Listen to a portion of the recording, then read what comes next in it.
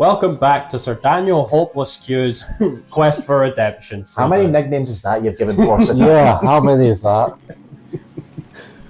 And he took the ghost ship to it. He's not exactly looking hopeless. Wait, how the fuck did he get the ghost ship into the Hall of Heroes and then suddenly go back into the tower? It's a video game. And plus, though, you know how with ships, you usually find the big ship steering wheel on the deck at the back of the ship, but in this one is on the front. Now remember the FMV from the very beginning of the game? Oops, again. Yeah. I think the ones that steal your weapons are here as well, so be careful. Mm-hmm.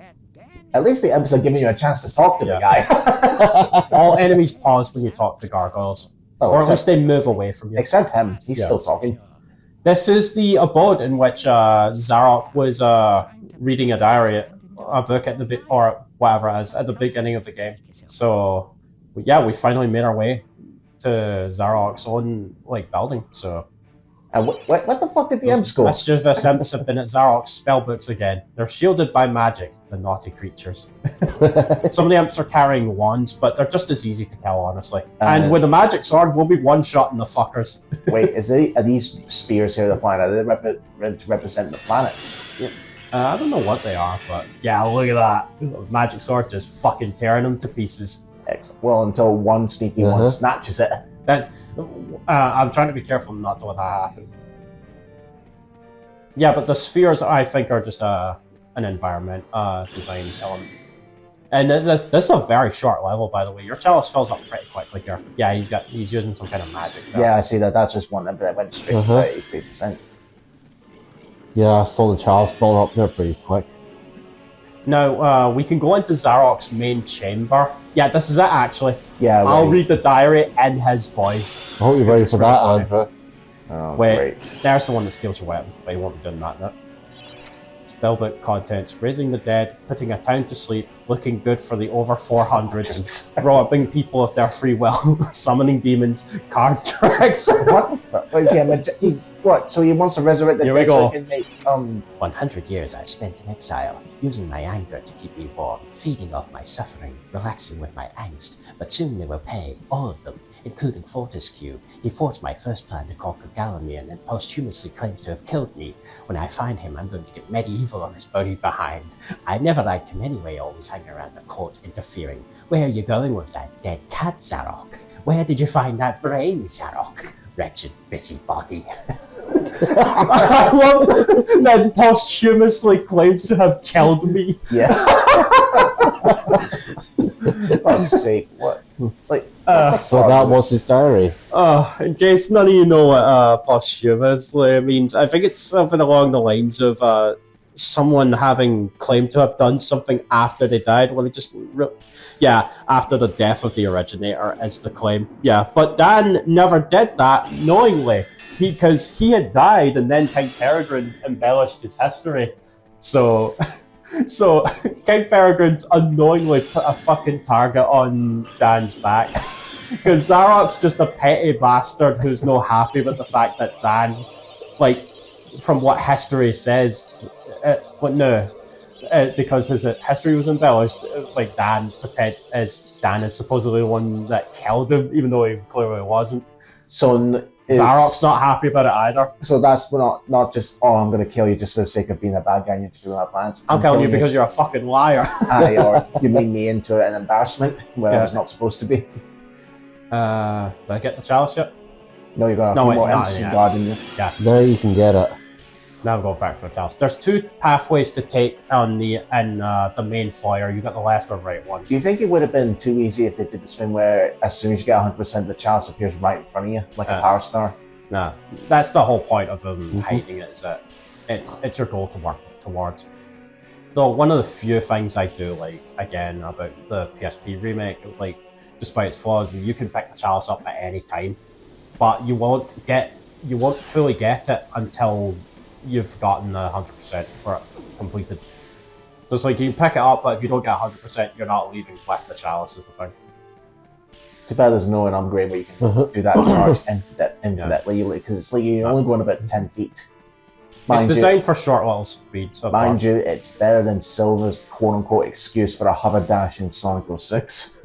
Silver, a character so slow he needs a vehicle. Plus, you know how that we read Zarok's diary? Yeah.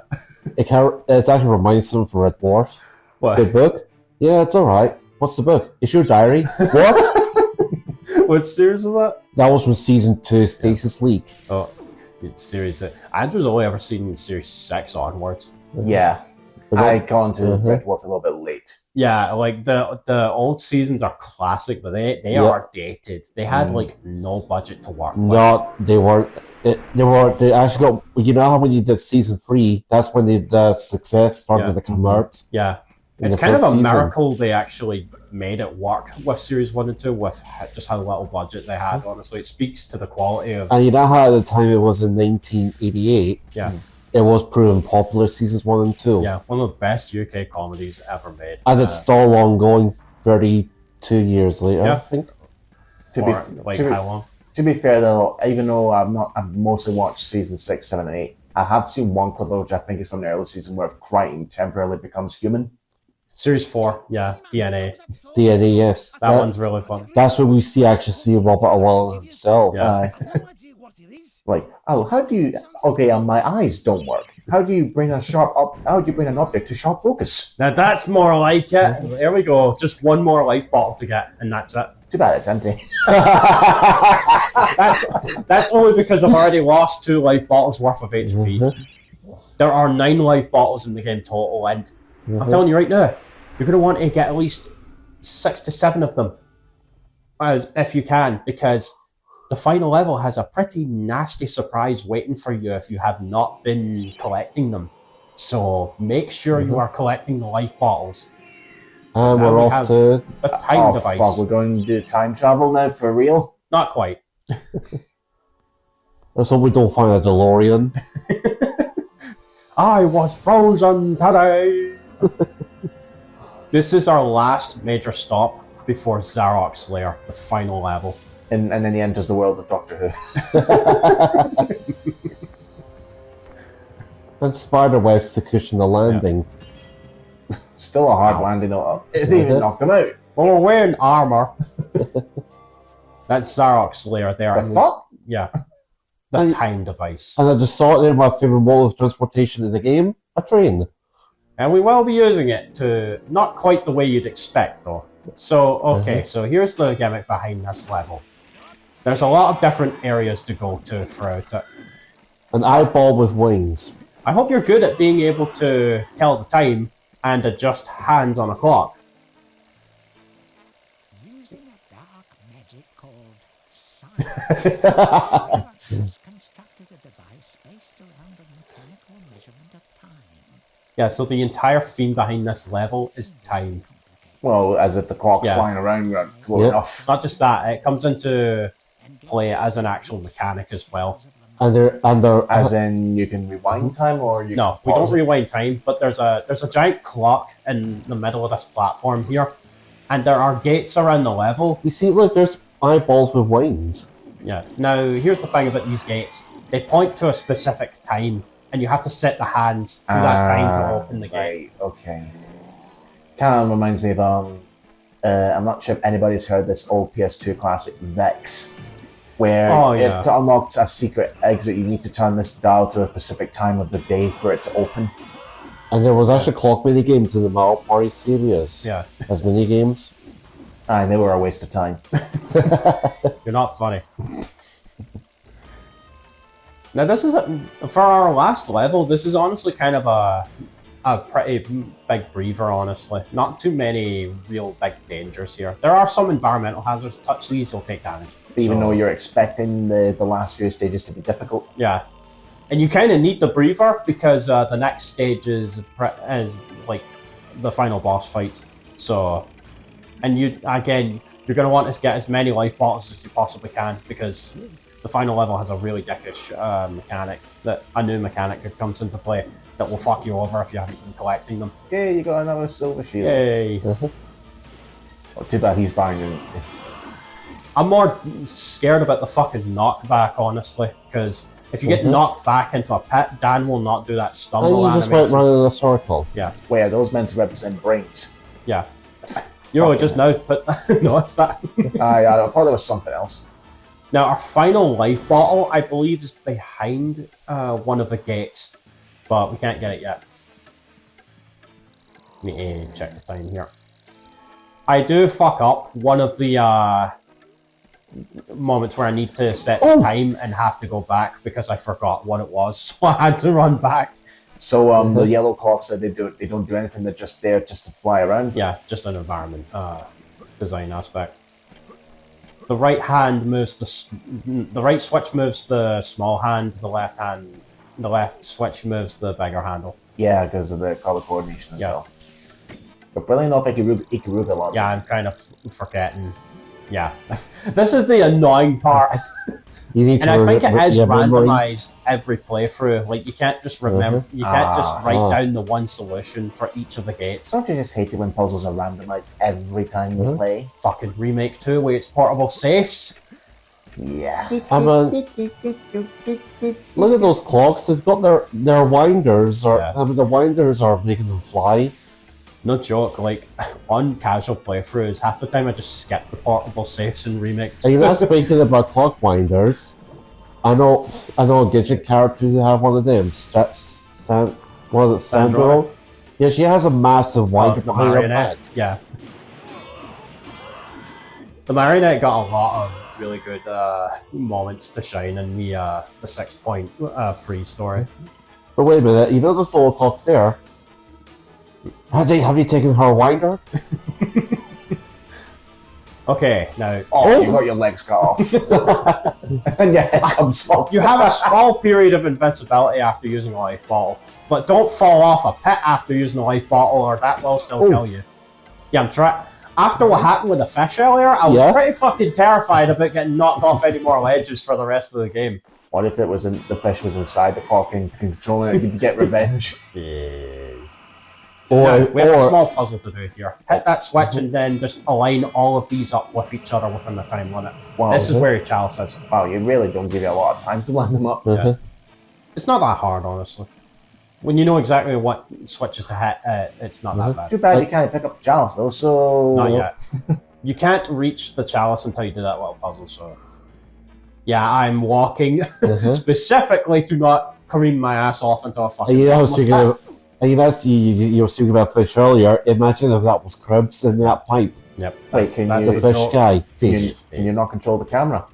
L2 and R2. There are some areas where, I see the little cross in the bottom right there. That means, I can't move the camera very well. Back in the day when nobody thought to use the right stick to use your camera. You could. That's the thing. You couldn't use the right stick.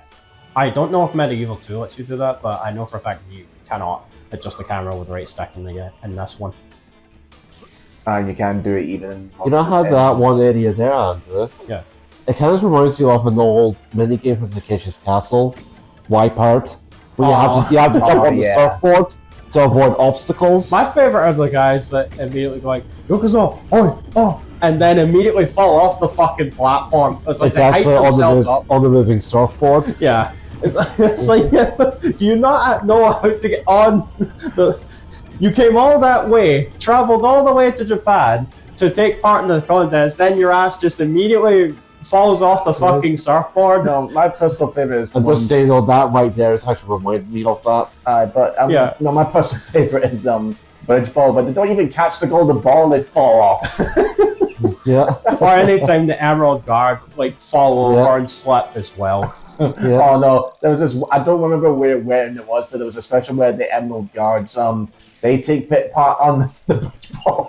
Trying to reclaim back the castle. So what happened was one guy goes, he's got a blue helmet on, he's trying, they don't just throw one golden ball, they throw multiple items just to be assholes. But then the next one, they let guys the golden ball, and then as the guards have hired the black ones, they follow the gold ones out. What was the one sumo where Animal wasn't happy with a referee's decision, so he just grabs him and shoves him into the mud as well? Yeah.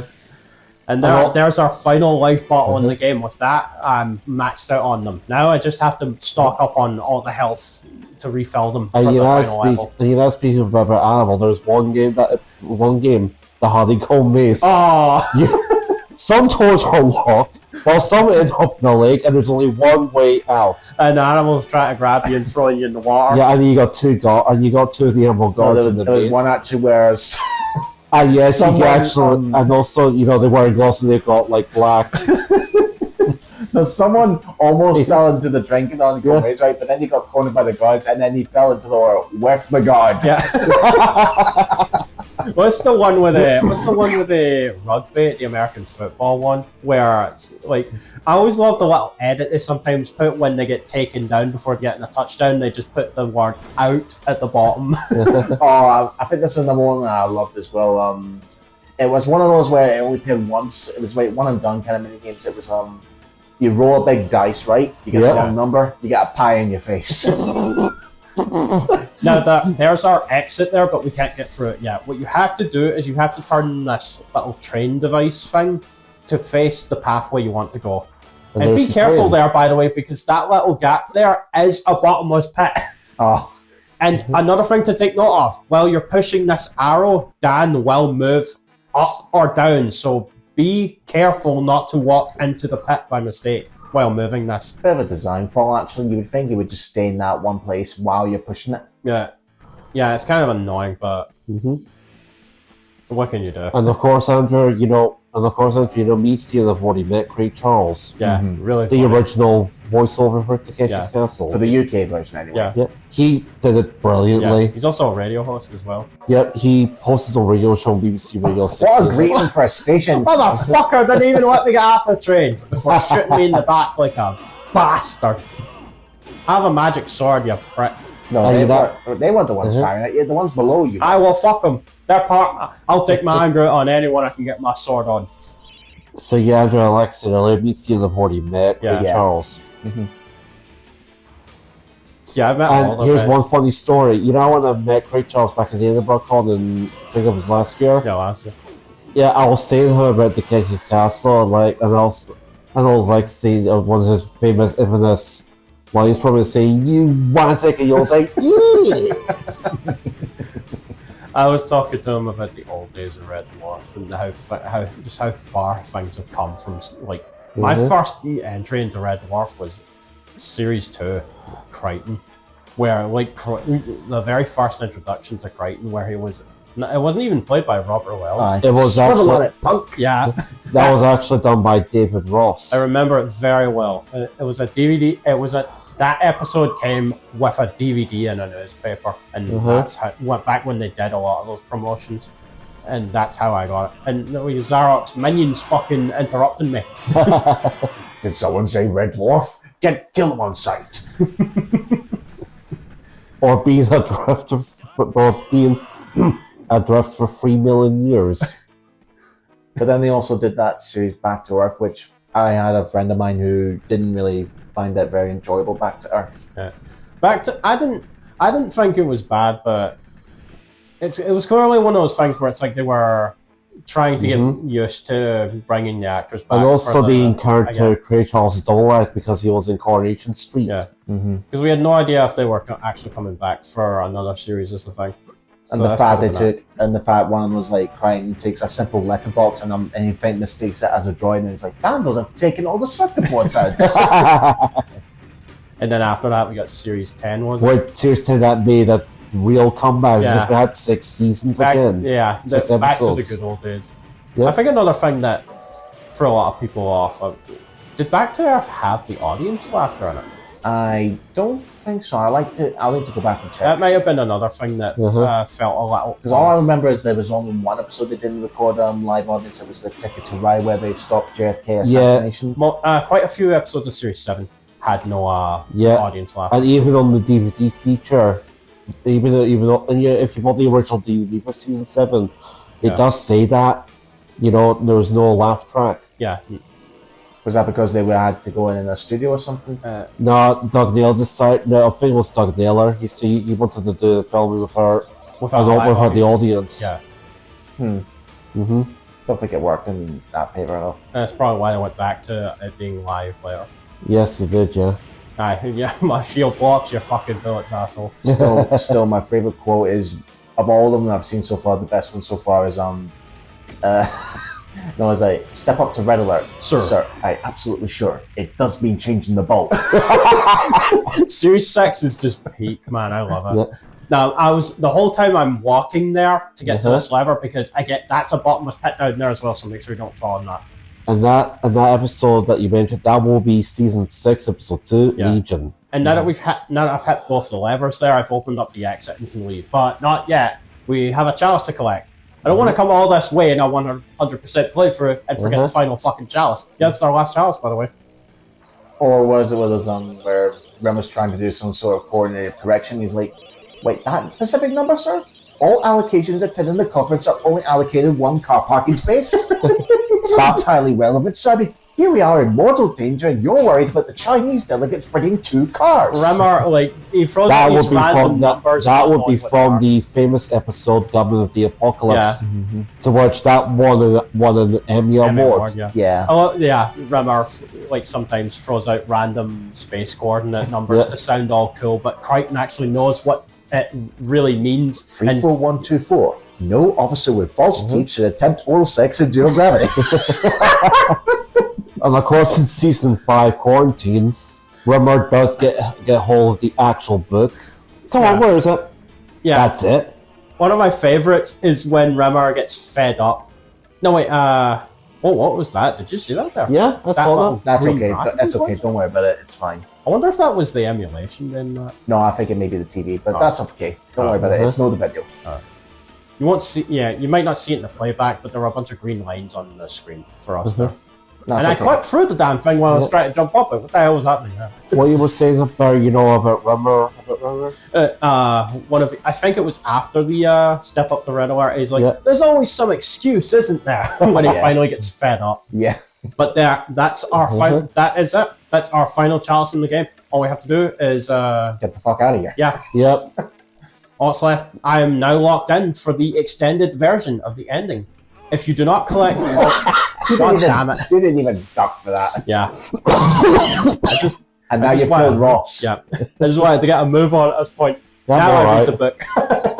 This metal keep houses the magical chariot that Zarok calls his train. The path it runs along leads eventually to Zarok's lair. However, your route is blocked by gates controlled at various way stations. Travel to these on the train, open the gates, and head for the lair. So, all we have to do now is kill Zarok. And that's it. We'll be a real hero. And it's just a train ride away. I thought there would have been at least another level before the final boss. Not really. Yeah, this is the last one. And we have our final visit to the Hall of Heroes coming up now. Thank goodness for that. Yeah. Alright, Mr. Fucking, I don't want to watch this game anymore. Okay. That's it. We are finally done with the time device. And now can we get rid of it so we don't have another cursed child incident? God, what a disaster that story was. And yeah, that train there was actually a small steam engine. Now we have our final visit to the Hall of Heroes. My favorite, and this right here is my favorite moment of every playthrough. I just want to listen to this. You prove us all wrong. Maybe it is destined to be a hero. Maybe it can defeat Zarok. The people of Gallowmere may never know of your past mistakes, and you will indeed be remembered as the people's hero. Your time in exile is over. Welcome to your new home, Sir Daniel Fortesque. And with that, this motherfucker is now forced to eat his words. Good for him. And the best part, yeah, you better believe it, baby. Our statue is now solid. We are a real hero. Well done. Collect all the chalices and the statue will turn solid. Do you get anything from it? An extended version of the ending FMV. If you don't collect all the chalices, it will just end earlier. Look at you, jumping happy for joy. What was that you were saying, Woden the Mighty? Jawless arrow magnet? Not any fucking more. You're celebrating by pulling your body apart. And you know how you were jumping there, the statue? And happiness. No, that kind of reminds me of some of the usual words. Happy, happy, joy. Sing us a happy tune. Happy, happy, joy, joy. Yeah, that's from it. And I almost forgot to get the last thing. It's actually a good thing that happened because I was able to show off that the game will tell you if you almost left without collecting your gift. Now for our final item. It's nothing special, by the way, so don't get your hopes up. Megalyn Stormbinder gives us our last item. But for me, it's something very welcome considering you need all the health you can get.